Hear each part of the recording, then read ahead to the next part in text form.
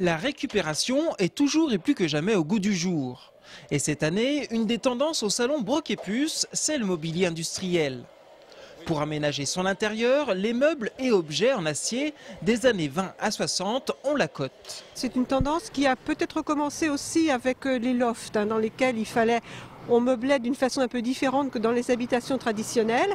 Et puis petit à petit, ce type de mobilier a plu et maintenant on retrouve du mobilier industriel dans des habitations classiques. Une fois retapés, ces objets connaissent une deuxième vie. D'anciens vestiaires d'usine se transforment par exemple en placard d'entrée design ou ce wagonnet de mine en table basse. Et même si ces objets en acier pèsent quelques dizaines de kilos, ils se marient avec à peu près tout.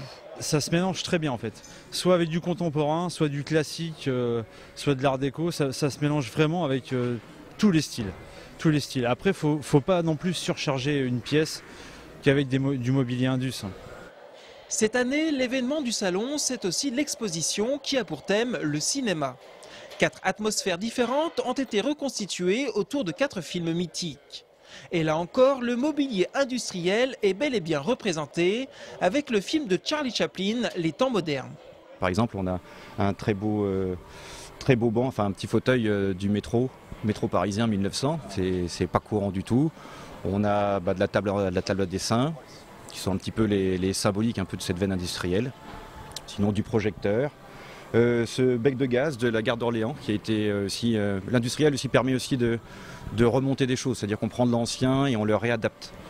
Pendant tout le week-end, des films institutionnels, des vieilles publicités et des archives d'actualité seront aussi projetés.